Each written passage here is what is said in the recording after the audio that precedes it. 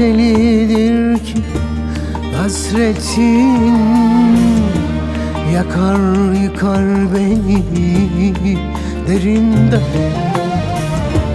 Bırakıp da eğer gidersen ölüm gelir peşinden, senin izinden. Bu aşkın kıyametidir kopacak, gönlümde isyanlar çıkacak, yer yerinde durmayacak.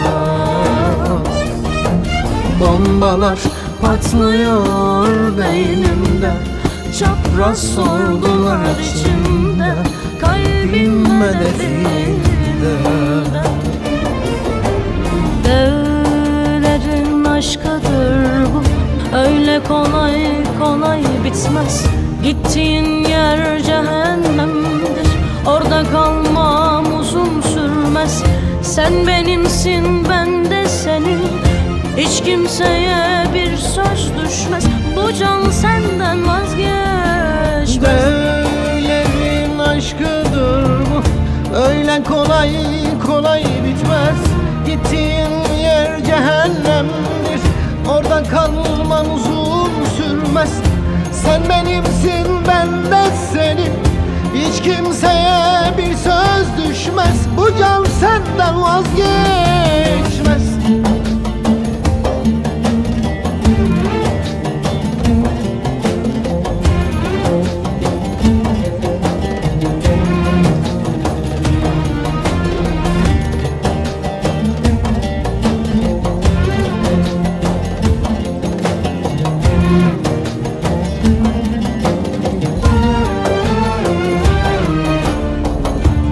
Öyle delidir ki hasretin, yakar yıkar beni derinden. Bırakıp da eğer gidersen ölüm gelir peşimden, senin izinden.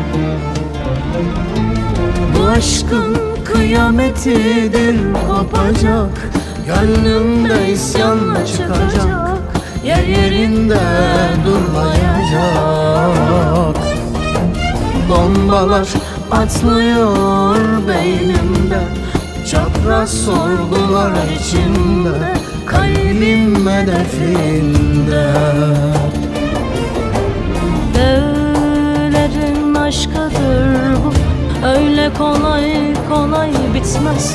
Gittiğin yer cehennemdir, orada kalmam uzun sürmez. Sen benimsin, ben de senin, hiç kimseye bir söz düşmez.